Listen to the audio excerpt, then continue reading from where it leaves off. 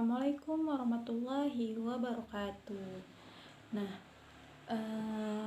selamat pagi semuanya. Apakah semuanya anak ibu hadir semua? Ya, alhamdulillah semuanya hadir ya. Nah, apakah tadi pagi waktu pergi ke sekolah semuanya ada sarapan?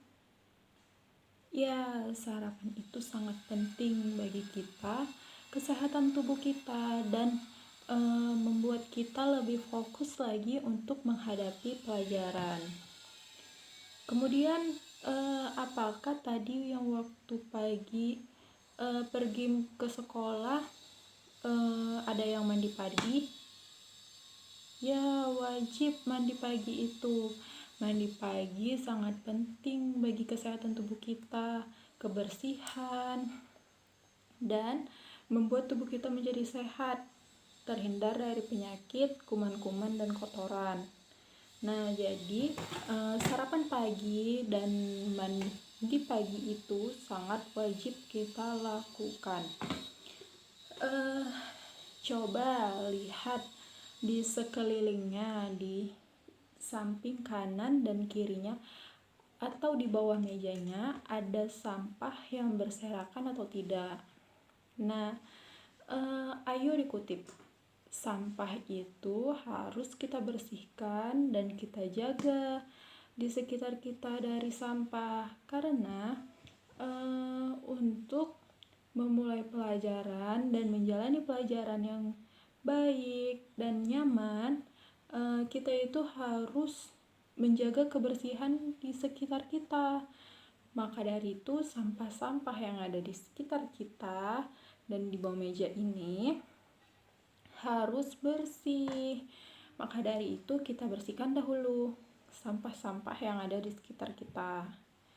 Nah, setelah itu, untuk memulai pelajaran, ada baiknya kita berdoa terlebih dahulu. Berdoa dimulai. Berdoa selesai. Nah, ada yang ingat nggak ya? Semalam minggu lalu kita udah belajar bahasa Indonesia tentang apa?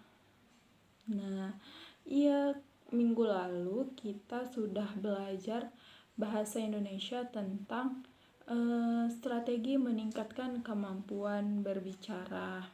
Nah, hari ini kita ingin membahas tentang pembelajaran bahasa Indonesia mengenai meningkatkan kemampuan dalam membaca. Nah, ada yang udah paham belum? Nah, untuk itu mari kita pelajari dan kita pahami. Yang pertama sekali, kita dapat memulainya dengan membahas sedikit pengertian dari keterampilan membaca. Apa sih itu pengertian keterampilan membaca? Nah, keterampilan membaca ini dikatakan merupakan jenis kemampuan manusia sebagai hasil dari sebuah belajar dari lingkungannya. Nah, dan bukan kemampuan yang bersifat naluri dibawa dari sejak lahir. Kemudian proses membaca ini bisa merupakan suatu usaha yang dilakukan oleh seseorang yang sudah dewasa atau orang yang sudah bisa membaca. Nah, maka dari itu suatu usaha yang mengolah dan menghasilkan sesuatu nilai melalui penggunaan model tertentu. Nah, dalam keterampilan membaca ini merupakan suatu aktivitas yang sangat kompleks atau menyeluruh, melibatkan banyak faktor yang datangnya dari dalam diri si pembaca, dan ada juga yang datangnya dari luar. Nah, kemudian membaca ini merupakan sebuah proses produksi yang nantinya akan menghasilkan atau menumbuhkan sebuah pengetahuan dan pengalaman dan perubahan sikap. Seperti kita tahu, jika kita banyak membaca, maka kita akan dapat membuka jendela ilmu. Nah, dari membaca itu berarti kita dapat menghasilkan pengetahuan, dapat menghasilkan wawasan yang luas, dan dengan membaca tersebut kita dapat merubah sikap-sikap kita menjadi lebih baik lagi. Nah, maka dari itu dalam hal mengolah itu harus dapat ada modal yang sangat besar. Maka dari itu hasil yang kita dapatkan juga menjadi lebih besar. Oleh sebab itu kita diminta untuk terus belajar dan mencoba terus membaca agar kita dapat menghasilkan yang sangat maksimal. Nah, kemudian dalam kegiatan keterampilan membaca ini, intinya kita dapat membuat pengetahuan dan suatu pengalaman dan merubah sifat-sifat baru bagi kita. Ini sangat penting tujuannya. Nah, ada juga tujuan dalam membaca. Nah, sudah sedikit kita membahas tentang pengertian keterampilan membaca. Kita juga akan membahas tentang tujuan dalam membaca. Apa saja sih tujuan dalam membaca ini?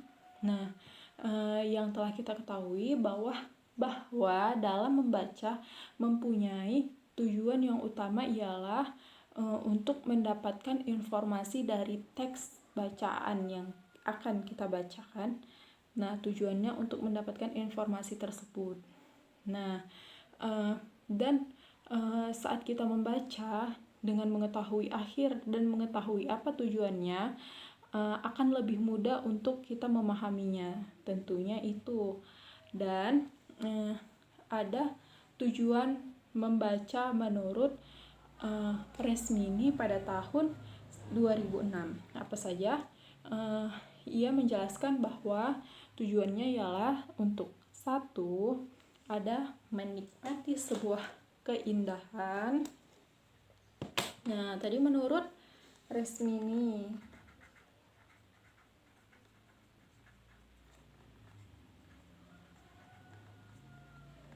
Pada tahun 2006. Nah, menurut Resmini pada tahun 2006, tujuan membaca terdiri dari yang pertama,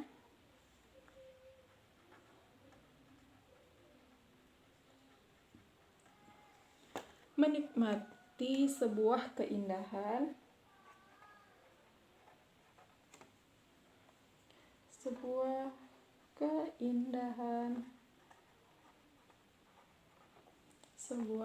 keindahan yang terkandung di dalam bacaan.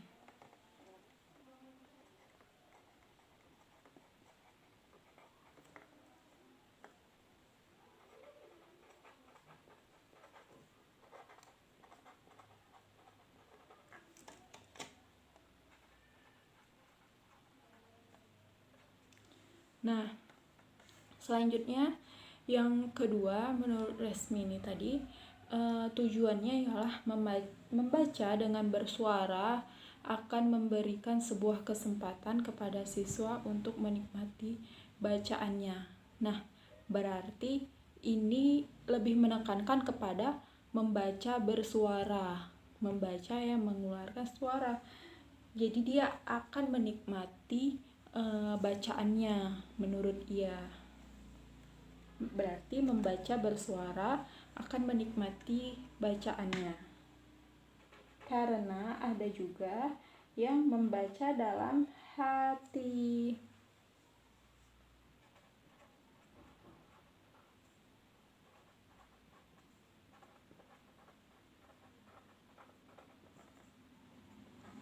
Nah, kemudian yang ketiga, apa sih yang ketiga itu menurut dia?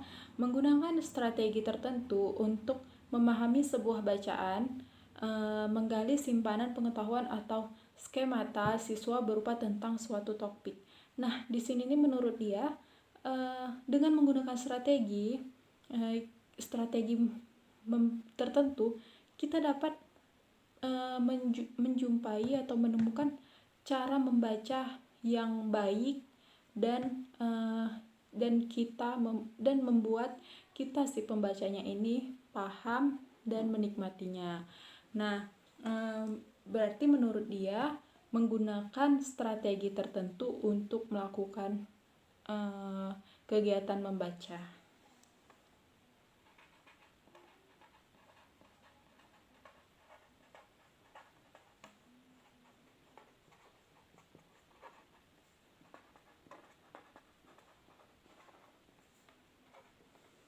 Nah, setelah yang ketiga menggunakan strategi membaca, ada yang keempat yaitu menghubungkan pengetahuan yang baru dengan skemata siswa. Nah, maksudnya ini menghubungkan pengetahuan yang baru, misalnya pengetahuan yang belum pernah siswa ini ketahui digabungkan dengan apa yang ada di pikiran siswa ini. Kemudian itu akan membuatnya menjadi sinkron dan mereka akan lebih paham lagi untuk belajar membaca.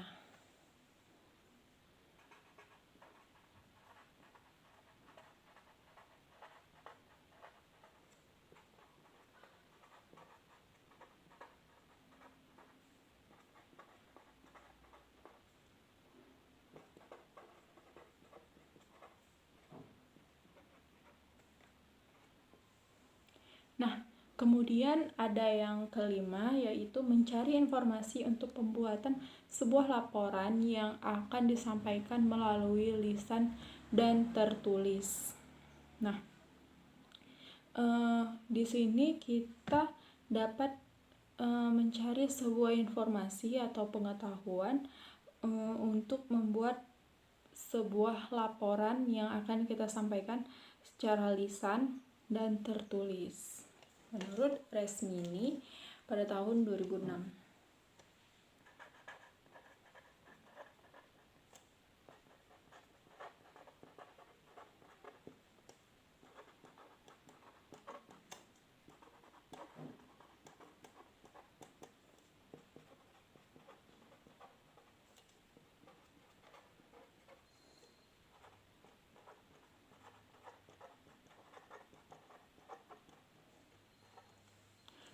Nah, kemudian ada juga yang keenam, yaitu melakukan penguatan dan penolakan terhadap sebuah ramalan-ramalan yang akan dibuat oleh siswa sebelum melakukan perbuatan membaca ini. Nah, kemudian ada juga yang ketujuh, yaitu memberikan sebuah kesempatan kepada siswa untuk melakukan eksperimentasi demi meneliti sesuatu yang akan dipaparkan dalam sebuah isi bacaannya. Nah, ada juga yang ke-8, mempelajari sebuah struktur bacaan, dan yang ke-9 ada menjawab sebuah pertanyaan khusus yang dikembangkan oleh guru atau sengaja diberikan oleh penulis bacaan tersebut. Nah, itu tadi merupakan tujuan dari membaca menurut Resmini pada tahun 2006. Nah, kita lanjut. Setelah kita ketahui tujuan dari membaca, kita dapat mencari tahu bagaimana jenis-jenis membaca ini. Ada yang tahu apa saja jenis-jenis membaca? Nah, tentunya belum tahu. Kita akan mempelajari tentang jenis-jenis membaca setelah kita tadi mempelajari apa saja? Ya, pengertian, keterampilan membaca. Kedua, tujuan membaca. Dan yang ketiga, kita akan mempelajari jenis-jenis membaca. Nah, jenis-jenis membaca yang akan kita pelajari. Apa saja sih jenis-jenis membaca ini?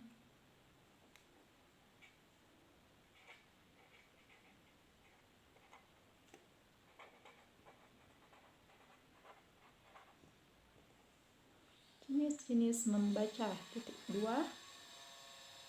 Yang pertama, dalam pembagiannya jenis-jenis membaca ini terbagi menjadi 3. Nah, ada yang tahu tidak apa itu? Belum ada yang tahu? Jenis-jenis membaca dibagi 3. Yang pertama sekali ada membaca cepat. Nah, membaca cepat.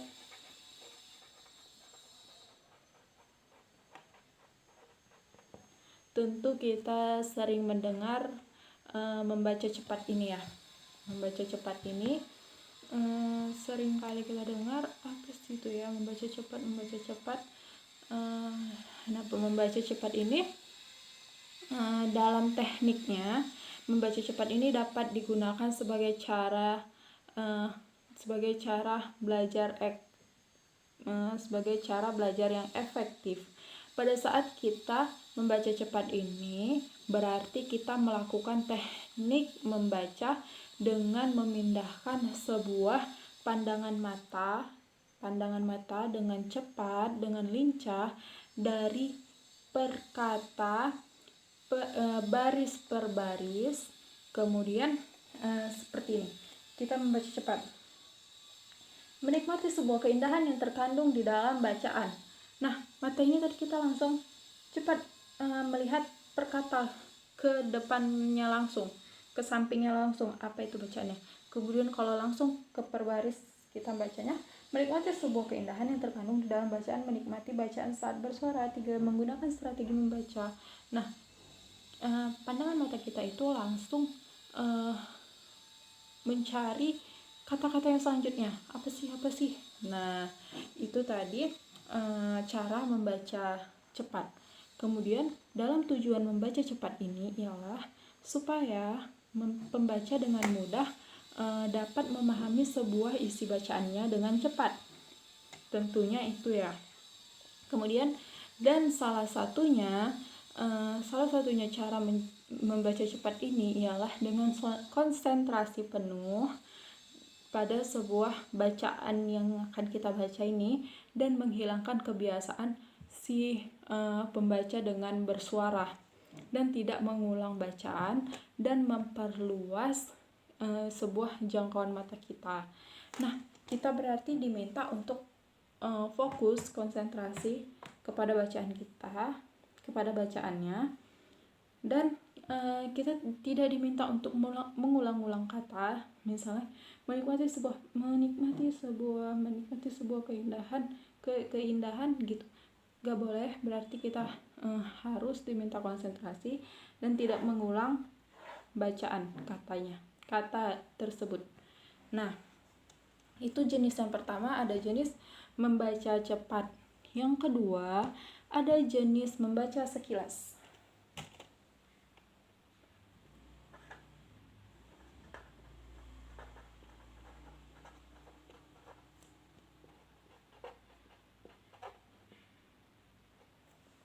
Jenis membaca sekilas. Nah, apa sih jenis membaca sekilas ini? Membaca sekilas ini biasanya dilakukan ketika membaca surat kabar atau membaca bacaan singkat lainnya. Dan membaca sekilas ini bertujuan untuk mendapatkan sebuah informasi yang kita perlukan. Contohnya, kita sering membaca koran atau surat kabar. Nah, di situ pasti kita tidak membaca semua isinya, karena itu membuat lama kita dan kita tidak paham juga apa isinya. Maka dari itu kita membaca sekilas. Kita selalu membaca bagian kepala surat kabarnya itu, kepala judulnya. Kita selalu baca judulnya. Ini judulnya apa? Maka dari itu contoh membaca sekilas, membaca garis besarnya saja. Itu kalau menurut contoh surat kabar. Nah, ada juga contoh misalnya kita membaca pemberitahuan di mading. Kita pasti membaca sekilas saja ada berita apa pengumuman ini tentang lomba pidato pada tahun 2018. Nah, kita cuman membaca, oh itu lomba pidato, maka kita tadi sudah membaca sekilas. Kita hanya ingin mencari tahu cepat informasinya. Nah, kemudian jenis-jenis membacanya tadi membaca cepat, jenis membaca sekilas, dan yang ketiga ada jenis membaca memindai.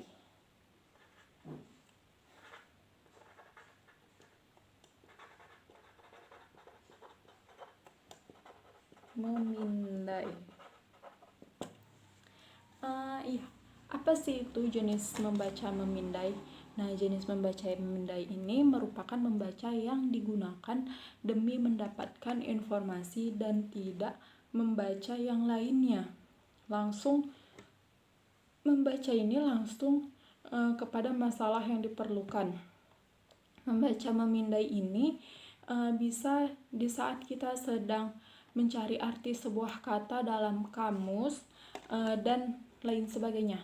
Misalnya kita buka kamus, terus kita langsung mencari apa yang kita ingin tahu katanya, kata-kata tersebut, dan kita misalnya arti dari house. Misalnya kita ke kamus bahasa Inggris, arti dari house, kita langsung cari kata house di situ, dan kita house berarti mendapatkan artinya rumah. Nah, kita sudah sampai di situ saja mencari tahu informasinya. Maka dari situ itu namanya kita membaca memindai. Nah, sudah kita pahami tentang jenis-jenis membaca. Ada yang sudah paham anak-anak? Iya, sudah ya. Maka dari itu tadi kita sudah membahas tentang meningkatkan kemampuan membaca. Tadi sedikit kita membahas tentang pengertian membaca, tujuan dalam membaca, kemudian ada jenis-jenis membaca.